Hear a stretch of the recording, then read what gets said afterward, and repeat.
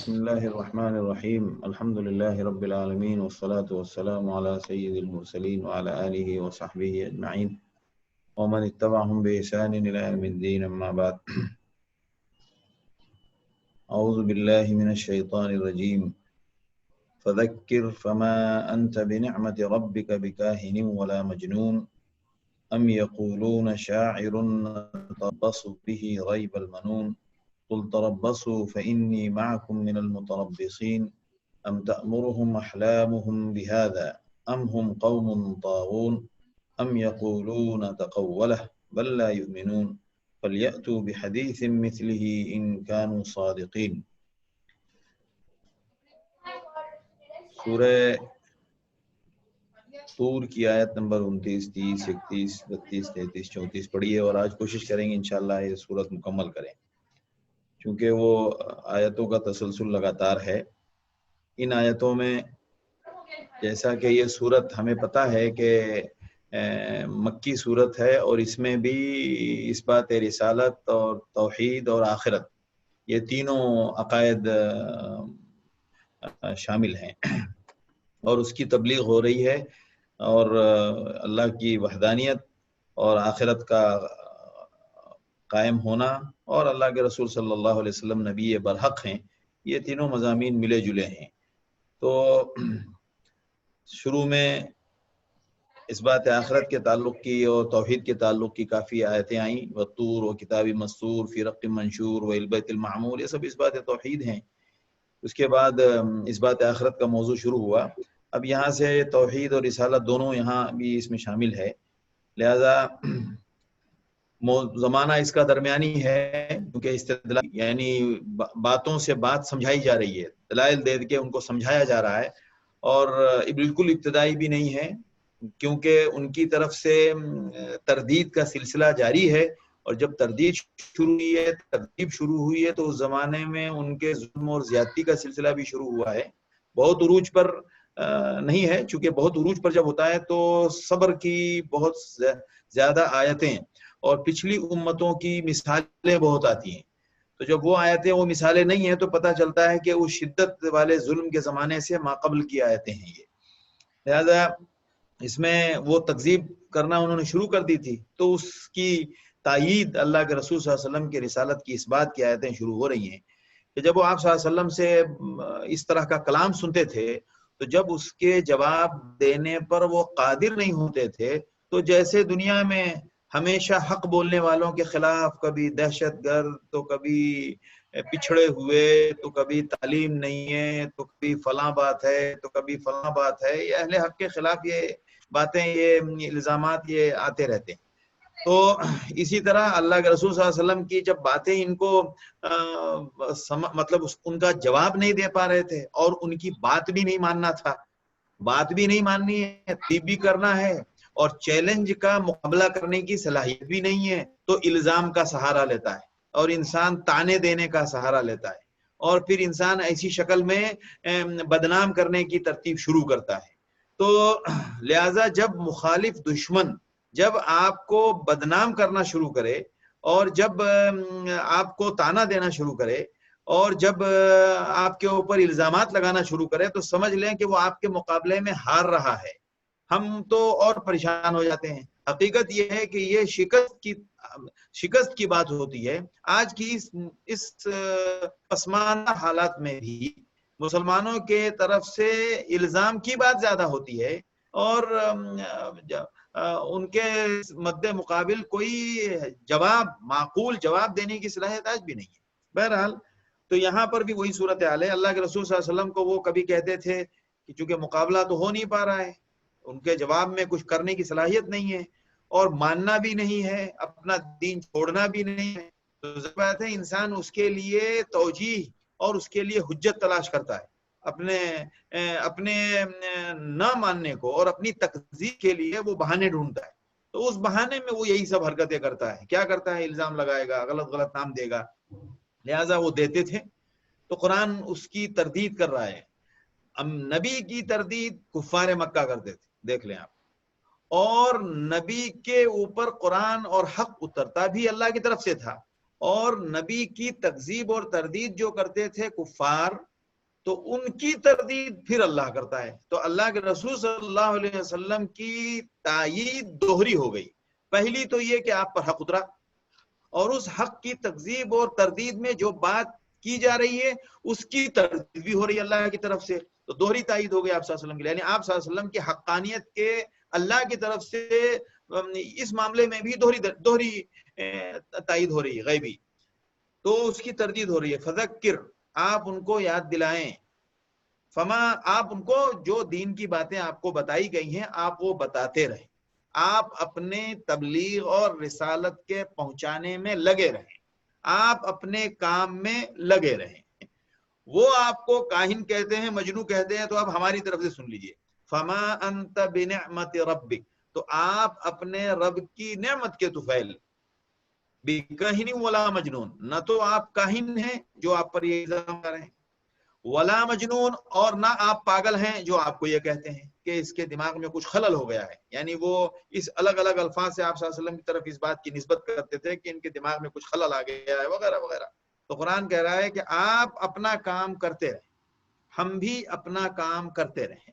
یہ ہمیں ان آیتوں کے سننے سے یہ مطلب سمجھ میں آتا ہے نا کہ ہم بھی اپنا کام کرتے رہیں. رکاوٹیں آئیں گی، کبھی ہمیں 2 قدم پیچھے ہونا پڑے گا، کبھی ہمیں اپنے کام میں لگے رہنا پڑے گا، کبھی اس کے لیے ہمیں مالی جانی نقصان کا سامنا ہوگا. ہمیں اپنا کام کرتے رہنا. فذکر فما انت بنعمت ربک بکاہن ولا مجنون، اپنے رب کی نعمت سے آپ نہ تو کاہن ہیں اور نہ مجنو ہیں. مجنو سے مراد دیکھیے، ہمارے اردو میں جب مجنو بولا جاتا ہے نا تو کسی کی عشق و محبت میں آدمی ٹن ہو جائے نا تو اس کو مجنو کہتے ہیں. نہیں، عربی کا مجنو سیدھا پاگل، جس کو آپ اردو میں کہتے ہیں نا پاگل، تو عربی میں قرآن میں جب مجنو کہا جائے تو مطلب پاگل. نہ تو آپ کاہن ہیں اور نہ آپ پاگل ہیں. اللہم صلی علی محمد. ام یقولون شاعر، یا یہ کہتے ہیں کہ یہ شاعر ہے. یار اس کی باتیں، مطلب اس کا کلام، اس کی زبان، اس کے الفاظ، اس کی عبارت، اس کے جملے اتنے زبردست ہیں کہ یہ ہمارے معاشرے کے جو بڑے بڑے شاعر لوگوں کا جو انداز ہے اس سے ملتا جلتا ہے، لہذا سمجھو یہ شاعر ہے. یا یہ کہ وہ کہتے ہیں شاعر ہے. تو شاعر جیسے پچھلے شاعر ایک ایک کر کے ہلاک ہوتے گئے، تو اس کے لیے بھی تھوڑا انتظار کر لو، یہ بھی دنیا سے چلا جائے گا، جان چھوٹ جائے گی. ام یقولون شاعر، یا وہ یہ کہتے ہیں کہ شاعر ہیں. نتربص به ریب المنون، تو اس کے سلسلے میں بھی ہم گردش زمانہ کا انتظار کرتے ہیں کہ جیسے زمانے کی صبح شام کے گزرنے طے ہوئے، جب وہ بھی اپنی دنیا سے چلے گئے تو یہ بھی چلا جائے گا. ہم بھی اس کے لیے گردش زمانہ کا انتظار کرتے ہیں. نتربص به ریب المنون قل تربصوا، تو آپ کہہ دیجئے کہ بے شک تم انتظار کرو. قل تربصوا فانی معکم من المتربصین، تم ہی کیا، میں بھی تمہارے ساتھ اسی انتظار میں ہوں. کس انتظار میں؟ کہ جس چیز کا تم انتظار کر رہے ہو کہ ایک وقت آئے گا اور ایک نیا مرحلہ شروع ہوگا، تو بے شک میں بھی اس نئے مرحلے کے انتظار میں ہوں کہ اگر یہاں جو اللہ کے فیصلے کی مدت آئے گی، اس فیصلے کے زمانے میں حق غالب ہوگا اور تم مغلوب ہو جاؤ گے، شکست کھاؤ گے. اور اگر آخرت کے اوپر اس کو مراد لیا جائے تو وہاں کا انتظار تم بھی کرو، میں بھی کرتا ہوں. بات صاف ہو جائے گی کہ حق کس کے ساتھ تھا اور کون کامیاب ہوگا اور کون ناکام ہوگا، کس کے اوپر اللہ کا عذاب کا فیصلہ ہوگا اور کس کے لیے اللہ کی طرف سے بڑی بڑی نعمتوں اور جنتوں کا فیصلہ ہوگا. ام تأمرهم احلامهم بهذا، اب دیکھیے قرآن ایک ایک کر کے ان کی دلیل کو ایک ایک کر کے ان کے ذہن کے خرافات اور ان کے ذہن کے کیڑے کو مار رہا ہے کہ نبی کی تکذیب میں کیا وجہ کیا ہے، تم کس بنیاد پر نبی کی تکذیب کر رہے ہو. ام تأمرهم احلامهم بهذا، کیا تمہاری عقلوں نے تمہیں یہ حکم دیا ہے. احلام یہاں مراد حلم ہے. والذین اذا بلغوا الحلم، بلوغ کو بھی کہتے ہیں حلم اور خواب کو بھی کہتے ہیں حلم. وہ جو خواب حلم ہے وہ اصطلاحی ہے اور یہ جو حلم ہے یہ اصل ہے. خواب کو حلم اس لیے کہ بلوغ کو حلم اس لیے کہتے ہیں، یعنی خواب حلم کو حلم اس لیے کہتے ہیں کہ بالغ ہونے کے بعد جو وجہ بنتی ہے وہ عموماً خواب میں کچھ چیزیں نظر آتی ہیں جس کی وجہ سے انسان کے بلوغ کا پتہ چلتا ہے. والذین اذا بلغوا الحلم، اسی لیے بالغ کہتے ہیں. بالغ کا مطلب بالغ الحلم، جو حلم کو پہنچ گیا. حلم سے مراد عقل، دماغ، ہوش اور دانشمندی. تو ام تأمرهم احلامهم بهذا، کیا تمہاری عقلوں نے یہ حکم دیا ہے، یعنی یہ آپ کی عقل کا فیصلہ ہے کہ محمد جھوٹ بول رہے ہیں، یا محمد شاعر ہیں، یا محمد کاہن ہیں، یا محمد مجنوں ہیں، یہ کیا تمہاری عقل کا فیصلہ ہے؟ اور ظاہر سی بات ہے جب نبی جب قرآن ان کی عقل کی طرف نسبت کر رہا ہے تو ظاہر سی بات ہے اگر وہ کہتے کہ ہاں ہماری عقل کا فیصلہ ہے تو فوراً وہ لاجواب ہو جاتے. اس لیے لاجواب ہو جاتے کہ ان کی عقلوں نے آپ صلی اللہ تعالی علیہ وسلم کو مکے کی 40 سالہ زندگی میں ان کی عقلوں نے یہ فیصلہ کیا تھا کہ ہذا صادق الامین، محمد صادق ہیں اور محمد امین ہیں. یہ ایک تو فیصلہ نہیں تھا، یہ 40 سال سے زائد کا فیصلہ ہے، کیونکہ آپ صلی اللہ علیہ وسلم کو نبوت 40 سال میں ملی ہے، اور 40 سال کے بعد 3 سال کے بعد جب اعلان کیا ہے آپ نے تو اس وقت انہوں نے کہا تھا کہ بے شک پہلے بھی آپ معروف تھے صادق الامین، اور اپنی زبان سے بھی انہوں نے تجربہ مطلب اس موقع پر کہا کہ آپ تو صادق و امین ہیں. اور جب یہ موقع گزر رہا ہے، یہ تو 5 سال کی مدت بھی گزر گئی ہے اس میں تقریباً کم و بیش، تو مطلب 40 سال سے زائد کی مدت کا ان کے پاس تجربہ ہے کہ ان کے عقل کا فیصلہ یہ ہے کہ محمد صادق و امین ہے.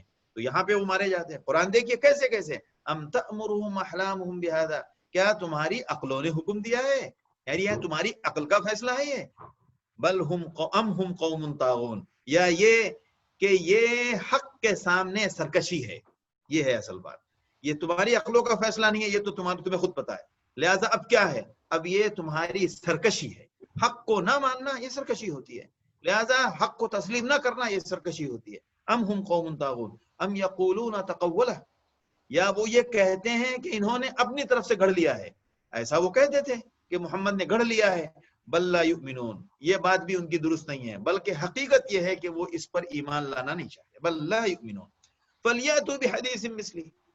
اب جو قرآن دیکھیں ان دونوں کو تو جواب نہیں دیا ہم تأمرهم احلامهم کیا، کیونکہ وہ تو ان کے ہاں موجود تھا، وہ تو ان کے دماغ میں بیٹھی ہوئی تھی کہ یہ تو ہماری عقل کا فیصلہ نہیں ہے، یہ ہماری ضد ہے، سرکشی ہے.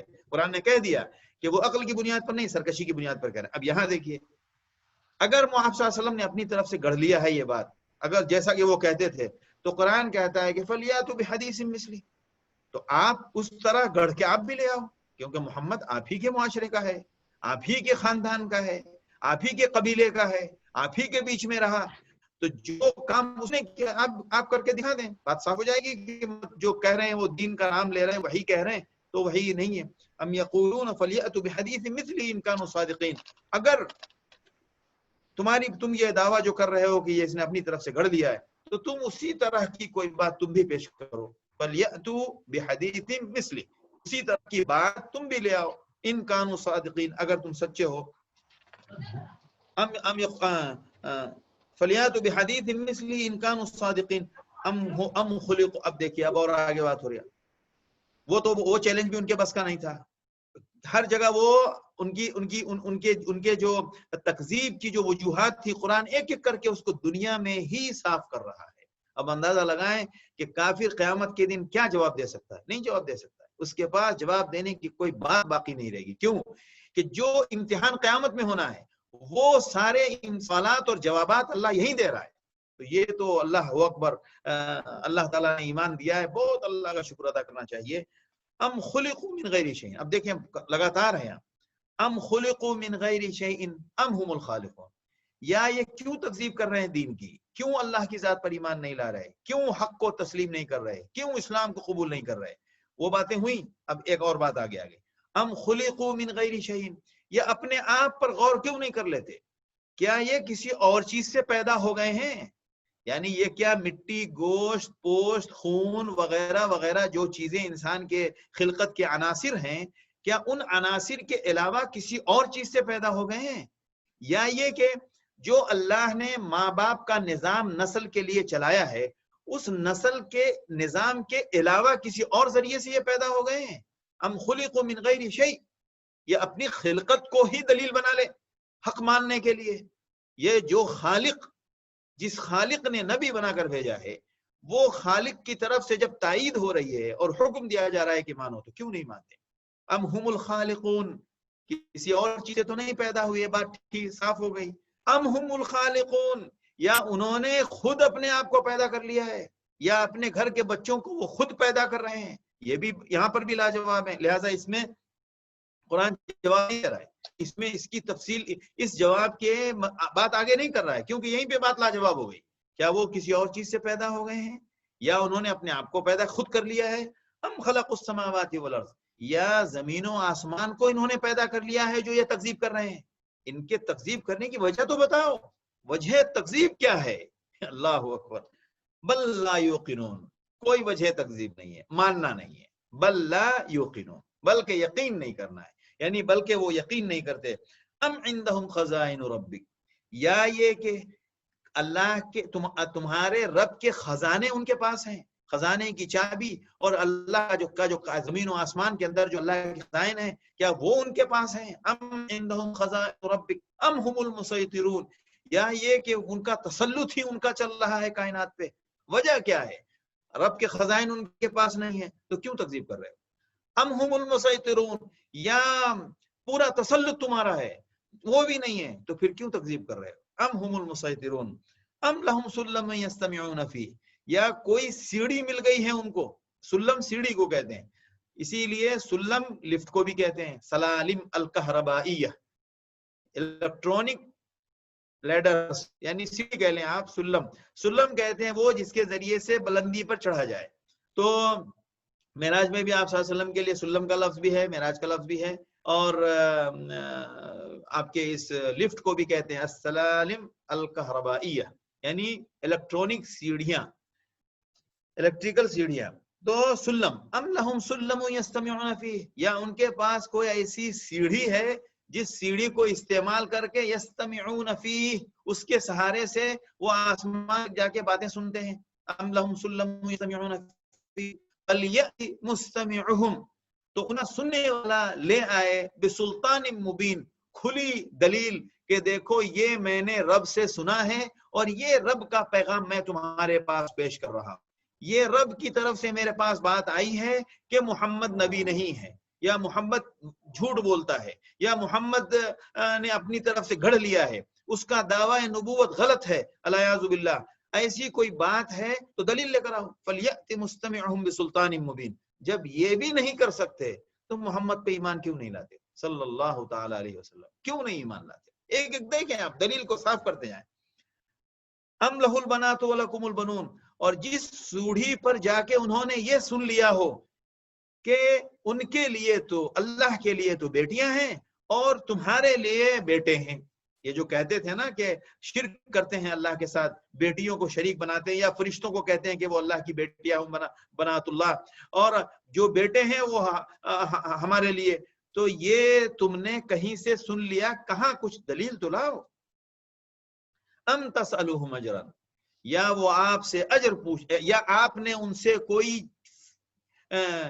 فیس مانگ لی ہے، یا آپ نے ان سے کوئی معاوضہ مانگ لیا ہے. ام تسألہم اجرا، یعنی نہ ماننے کی وجہ تو بتاؤ.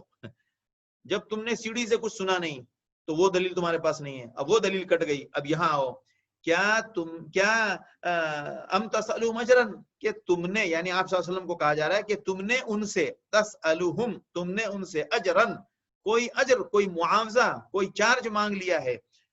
فہم من مغرم مثقلون، تو وہ من مغرم، اس کے دینے سے، مثقلون، بوجھل ہوئے جا رہے ہیں، یعنی جس کا دینا ان کو بہت بھاری پڑ رہا ہے. بالکل سادہ مغرم کہتے ہیں وہ ادائیگی جو بہت مشکل سے ادا ہو پائے، اسی لیے غارم کہتے ہیں وہ جو ادائیگی میں پھنس گیا ہو. والغارمین، جس کو کہتے ہیں نا جس کے لیے زکوٰۃ دینے کی جو مصارف ہیں اس میں سے ایک غارمین ہیں. تو اسی طرح مغرم وہ ادائیگی جو دینا بہت مشکل ہو. تو مثقل جو جس نے بوجھل بنا دیا ہو، یعنی جس کی وجہ سے ہم بوجھ تلے دب گئے ہوں. فہم من مغرم، تم نے ان سے کوئی ایسا معاوضہ مانگ لیا ہے کہ جس کے دینے سے وہ بوجھل ہوئے جا رہے ہیں، یعنی جس کا دینا ان کو بہت بھاری پڑ رہا ہے. آپ نے کوئی معاوضہ بھی نہیں مانگا ہے ان سے، کوئی چیز بدلے میں بھی آپ نے طلب نہیں کی ہے، پھر کیوں ایمان نہیں لا رہے؟ اللہ اکبر. ام عندهم الغیب فہم یکتبون، یا ان کے پاس غیب کی بات ہے، غیب کا علم ہے ان کے پاس، یعنی غیب سے ان کا کچھ رابطہ ضابطہ ہے، ایسا ہے کچھ، فہم یکتبون، لہذا وہ فیصلہ کر رہے ہیں کہ محمد شاعر ہیں، محمد کاہن ہیں، محمد اپنی طرف سے گڑھ رہے ہیں، یا انہوں نے نہ ماننے کا فیصلہ کیا ہے۔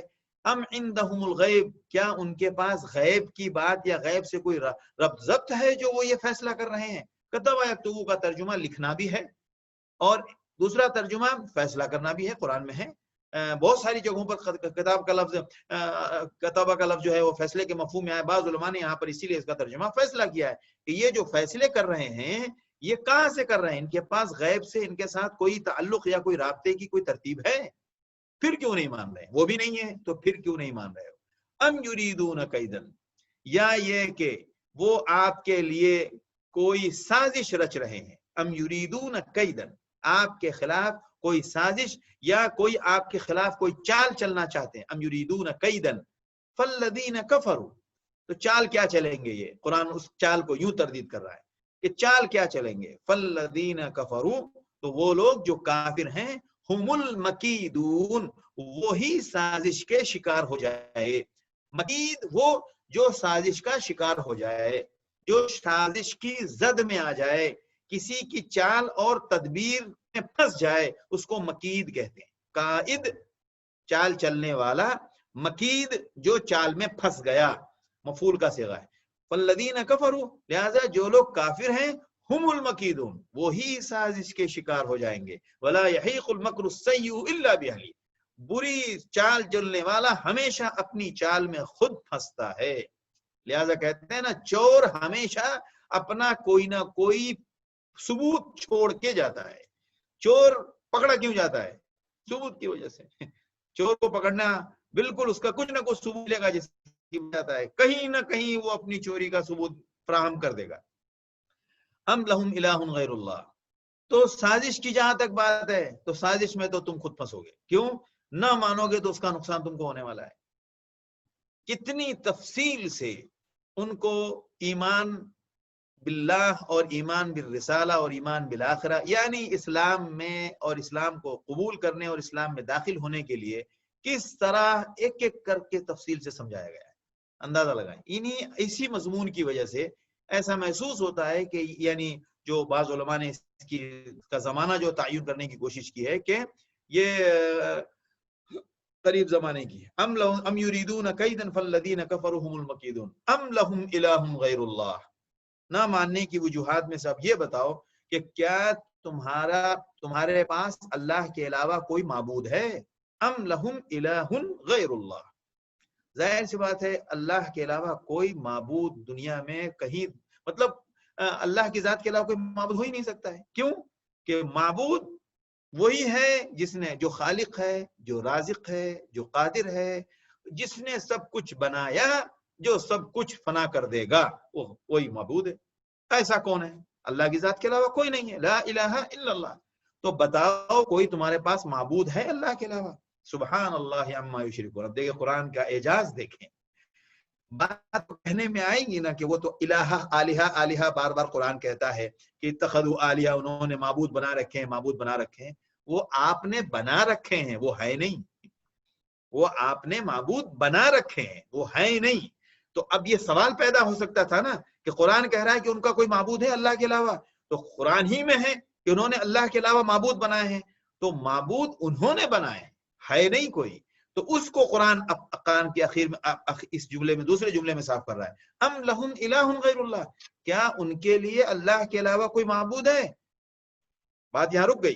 اگلا جملہ کیا ہے؟ سبحان اللہ عما یشرکون، بظاہر وہ رٹتے ہیں الہ الہ الہ الہ، اللہ پاک ہے ان تمام باتوں سے جو وہ اللہ کے ساتھ شریک ٹھہراتے ہیں۔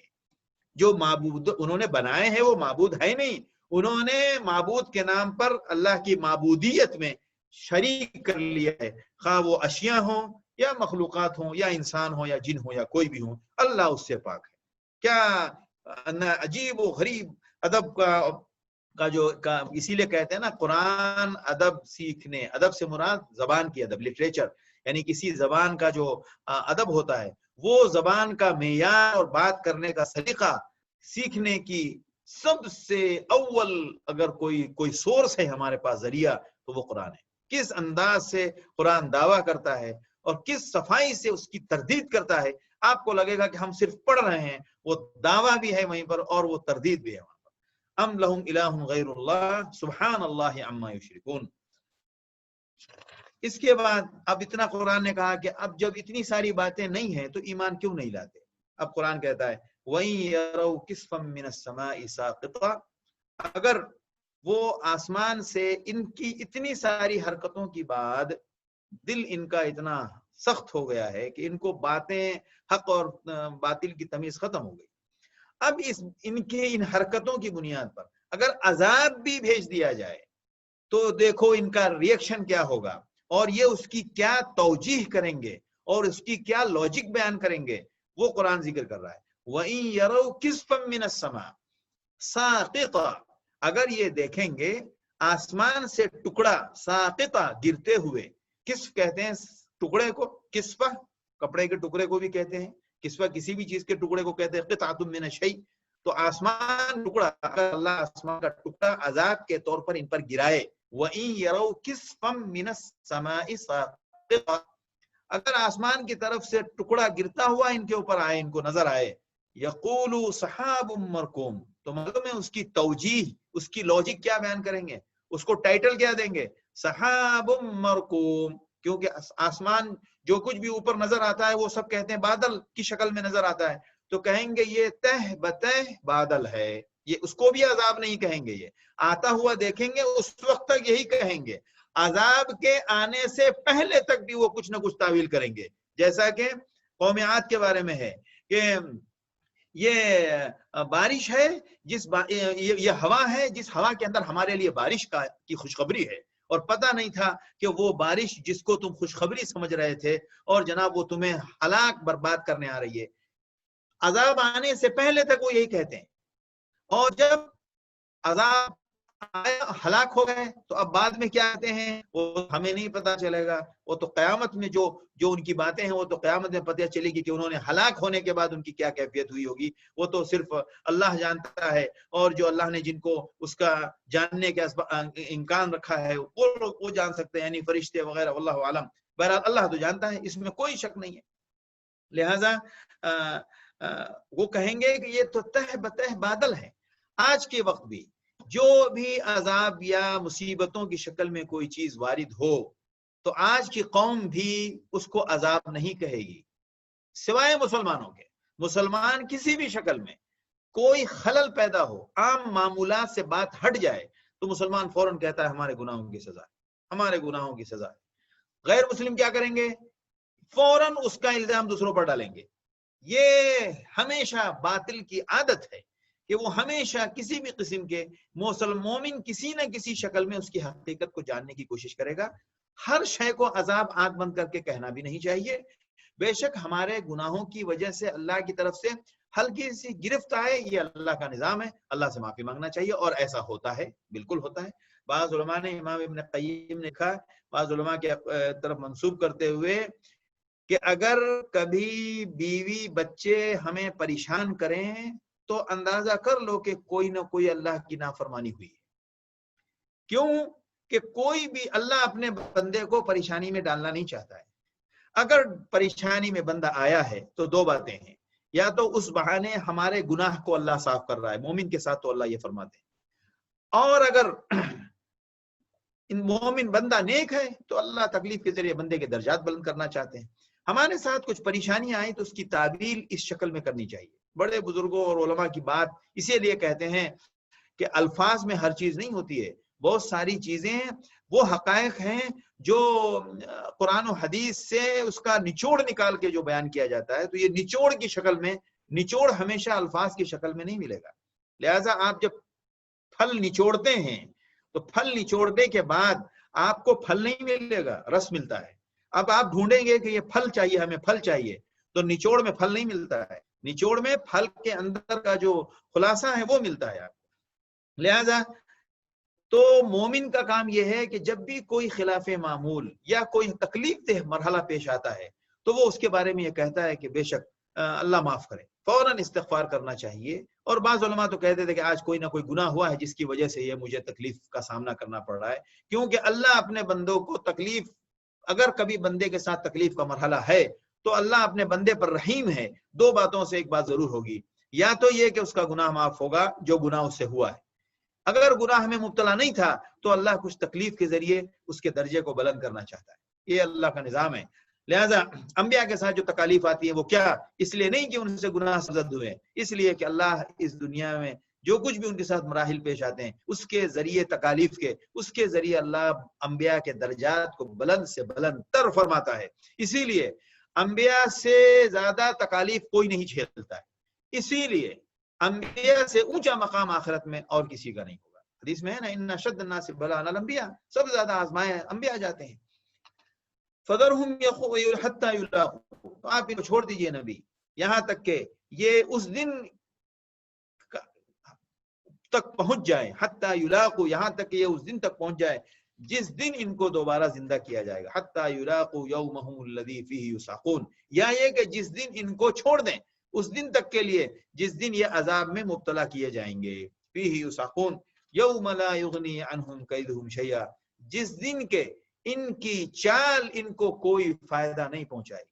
جو چال یہ سب دنیا میں کر گئے ہیں، جو تدبیریں اور جو چالیں کھیلی ہیں انہوں نے، جو سازشیں رچائی ہیں انہوں نے، وہ سب کچھ کوئی فائدہ نہیں پہنچائے گی، کوئی حاصل اور کوئی کارگر نہیں ثابت ہوگا. وَلَا هُمْ يُنصَرُونَ، اور نہ کوئی اللہ کی گرفت سے ان کو بچانے والا ہوگا. وَإِنَّ لِلَّذِينَ ظَلَمُوا عَذَابًا دُونَ ذَلِكَ، اور وہ لوگ جو کافر ہیں، ظلم سے اکثر جگہ قرآن میں مراد سیاق سباق میں اکثر جگہ کفر کے زمرے میں آیا ہے. وَإِنَّ لِلَّذِينَ ظَلَمُوا، اور وہ لوگ جو کافر ہیں، عَذَابًا دُونَ ذَلِكَ، ان کے لیے اس کے علاوہ بھی عذاب ہے. دنیا میں جو کچھ بھی ان کے اوپر عذاب آ جائے اس عذاب کے علاوہ بھی عذاب ہے. یا یہ کہ آخرت میں جو عذاب ہونا ہے اس عذاب سے پہلے بھی دنیا میں ہم ان کو عذاب دیں گے، لیکن یہ عذاب سے گزرتے جاتے ہیں، انہیں پتہ نہیں چلتا ہے. قرآن کیا کہہ رہا ہے؟ وَلَكِنَّ أَكْثَرَهُمْ لَا يَعْلَمُونَ، لیکن ان میں سے اکثر لوگ اس کو جانتے ہی نہیں کہ ہم عذاب میں ہیں. کافر کیسے بولے گا کہ ہم عذاب میں ہیں؟ وہ تو اس کی الگ الگ تعویل بیان کرے گا، مادی باتیں بیان کرے گا، لیکن اللہ کی مرضی کے بغیر دنیا میں کچھ بھی نہیں ہوتا ہے. لہذا وَإِنَّ لِلَّذِينَ، بے شک وہ لوگ جو کافر ہیں ان کے لیے عذاب ہے اس کے علاوہ بھی. وَلَكِنَّ أَكْثَرَهُمْ لَا يَعْلَمُونَ، لیکن ان میں سے اکثر لوگ اس بات کو جانتے نہیں، محسوس نہیں کرتے. وَاصْبِرْ لِحُكْمِ رَبِّكَ، آپ اپنے حکم، اپنے رب کے حکم کے، اپنے رب کے فیصلے کے لیے صبر کریں، اپنے رب کے فیصلہ آنے تک صبر کریں. وَاصْبِرْ لِحُكْمِ رَبِّكَ فَإِنَّكَ بِأَعْيُنِنَا، بے شک آپ ہماری نظروں کے سامنے ہیں. یعنی آپ کے ساتھ جو کچھ ہو رہا ہے ہم ہر وقت، ہماری نگرانی ہے اس پر. ایسا نہیں ہے کہ ہماری نگرانی اور ہماری علم کے بغیر کچھ ہو رہا ہے، نا. فَإِنَّكَ بِأَعْيُنِنَا وَسَبِّحْ بِحَمْدِ رَبِّكَ، آپ اپنے رب کی تسبیح بیان کریں. آپ یقین کیجئے میں نے کئی جگہ اس پر گفتگو بھی کی، مستقل وَسَبِّحْ بِحَمْدِ رَبِّكَ کے کس سیاق میں یہ آیا ہے. جب بھی دین کے نام پر پریشانیاں اور تکالیف زیادہ ہوں تو تسبیح، سبحان اللہ و بحمدی، تسبیح مع الحمد کا وہ تسبیحات جس میں حمد کا لفظ بھی ہو اس کا بہت اہتمام کرنا چاہیے. جب جب آپ صلی اللہ علیہ وسلم کو تسلی دی گئی ہے اس تسلی میں یہ بات ضرور کہی گئی ہے، یہ ابتدائے نبوت میں بھی کہی گئی ہے، اور جب یہ نبوت کا کام مکمل ہونے پر آئے اس وقت بھی کہی گئی ہے. لہذا سورہ نصر میں فسبح بحمد ربک واستغفر انہ کان توابا، اول و آخر جب انسان مسائل میں گھرا ہوا ہو تو بھی سبحان اللہ بحمدی، اور جب الحمدللہ انسان اپنے مرحلے سے گزر گیا تو بھی اللہ کی تسبیح و تحمید. لہذا حدیث میں آتا ہے کہ جب یہ نازل ہوئی تھی سورہ نصر تو اس کے بعد آپ رکوع سجود میں اکثر یہ پڑھا کرتے تھے سبحانک اللہم ربنا و بحمدک اللہم اغفر لی، رکوع میں بھی اور سجدے میں بھی. رکوع اور سجدے کی تسبیحات سبحان ربی الاعلی اور سبحان ربی العظیم کے علاوہ یہ بھی تسبیحات ہیں، یہ تو دونوں میں پڑھی جاتی ہیں. اسی طرح سبوح قدوس رب الملائکۃ والروح، یہ بھی رکوع سجدے دونوں کی تسبیح ہے، اور تینوں مل کے پڑھنا چاہیے اور ایک بھی پڑھنا چاہیے، لیکن ہمیشہ مختلف معمولات رکھنے چاہیے. کبھی تینوں پڑھیں، کبھی ایک پڑھیں، کبھی دو پڑھیں، حسب موقع. رکوع اور سجدے ان تسبیحات کے ذریعے رکوع اور سجدے کی میں ابدیت کا لطف اور بڑھتا ہے، بندگی کا اور زیادہ مزہ آتا ہے. لہذا ان تسبیحات کا اہتمام کرنا چاہیے. سبح بحمد ربک حین تقوم. لہذا اسی آیت سے علماء نے وہ بھی استدلال کیا ہے کہ مجلس سے اٹھنے کے وقت آپ صلی اللہ علیہ وسلم اکثر وہ پڑھتے تھے جو ہم آپ پڑھتے ہیں، سبحانک اللہم و بحمدک اشہد ان لا الہ الا انت نستغفرک ونتوب الیک. سبحان اللہ و بحمدہ، سبحانک اللہم و بحمدک ونشہد ان لا الہ الا انت نستغفرک ونتوب الیک. حدیث میں آتا ہے کہ کسی بھی مجلس میں ہم بیٹھے ہوں، دینی مجلس یا غیر دینی مجلس بھی ہو، تو مجلس کے خاتمے پر یہ دعا ضرور پڑھنا چاہیے. حدیث میں آتا ہے کہ اگر وہ مکمل دینی مجلس تھی، اس میں کوئی غلطی نہیں ہوئی، اس کے باوجود اس کو پڑھنا چاہیے. کیوں کہ اس کے پڑھنے سے اجر میں اور اضافہ ہوگا. اور عام مجلسوں میں غلطیاں سلطیاں تو ہوتی ہی ہیں، لہذا یہ کلمہ جو ہے کفارۃ المجلس ہے. مجلس کے اندر جو کچھ بھی کمی بیشی ہو گئی تو اللہ اس کے ذریعے اس کی معافی کا بندوبست کر دیتے ہیں، اس کا کفارہ بنا دیتے ہیں اس جملے کو، اس کلمے کو. وَمِنَ اللَّيْلِ فَسَبِّحُوا، اور رات کو بھی آپ اللہ کی تسبیح بیان کریں. وَإِدْبَارَ النُّجُومِ، اور سورج کے ستاروں کے چلے جانے کے بعد. ادبار کا مطلب ہوتا ہے پیچھے کر دینا، یعنی ستارے جب پیچھے کر دیے جائیں، یعنی ستارے موجود رہتے ہیں، سورج کی وجہ سے ان کی روشنی دب جاتی ہے، ورنہ ستارے 24 گھنٹے ایک ہی روشنی میں چمکتے ہیں. سورج کی روشنی بھی 24 گھنٹے ایک ہی جیسی رہتی ہے، چاند کی بھی روشنی ہر وقت ایک ہی جیسی رہتی ہے. اب آپ کہیں گے مولانا یہ کیا بات بول رہے ہیں آپ، یہ تو سورج کا صبح کا روشنی کچھ اور ہوتی ہے، دوپہر کی کچھ اور ہوتی ہے. یہ زمین جو ہم اندھیرے میں جو بند ہیں، اس کی بنیاد پر جیسے جیسے اس کا ہمارے خطے سے جیسے جیسے اس کا سامنا ہوتا ہے، اس طرح اس کی روشنی تیز ہوتی ہے. لہذا جب وہ پیچھے کی طرف جب ہماری زمین کا حصہ اس سے کنارے ہوتا ہے، تو پھر جو اندھیروں کی جو پرت ہے وہ زیادہ بڑھتی چلی جاتی ہے، جس کی بنیاد پر وہ ہم کو اس طرح نظر آتا ہے. یعنی ابھی دیکھیں آپ، جب سامنے ہے سورج تو اندھیرے کی پرت کم ہوتی ہے، لہذا سورج اس کو چیرتا ہوا ہم تک پہنچتا ہے. جب وہ زمین ایسے ہوتی ہے تو اندھیرے کی پرت پھیل جاتی ہے، تو اس طرح سے پھیلی ہوئی شکل میں ہوتی ہے کہ وہ پرت خود بہت زیادہ یعنی اس کا حصہ بڑھ جاتا ہے، لہذا سورج کی روشنی ماند پڑی جاتی ہے. سورج کتنی حدود، کتنے اندھیرے کے حصے کو کس انداز سے کتنی روشنی پہنچانے کی صلاحیت رکھتا ہے، اور اس کے لیے اندھیرا کتنا چاہیے اور سورج کی روشنی، اللہ کے قدرت کا کمال ہے، اور ہمارا حساب اس سے عاجز ہے. لا الہ الا اللہ وحدہ لا شریک لہ. لہذا رات کو بھی تسبیح بیان کرو، اور سورج کے چلے جانے، ستاروں کے ڈوب جانے کے بعد بھی رات کی نماز بھی مراد ہے اور فجر کی نماز بھی مراد ہے. اللہ تعالی ہمیں قرآن کا صحیح فہم نصیب فرمائے، اور جو بھی ہم اپنی طرف سے اگر کچھ بولیں تو اللہ اس کو معاف فرمائے، کیونکہ قرآن کے بارے میں بڑی سخت وعید یہ بھی ہے کہ ایک بندہ اگر قرآن کے بارے میں کوئی بات کرے اور وہ بغیر علم کے بات کرے، اور اگر اتفاق سے وہ صحیح بھی ہو جائے تو بھی وہ گنہگار ہے. اللہ اکبر، خطرناک بات ہے. اسی لیے بہت مطالعہ کرنے کی ضرورت ہوتی ہے، اور کوئی بات اپنی طرف سے نہ ہو پائے اللہ معاف کرے. آخر دعوانا الحمدللہ رب العالمین.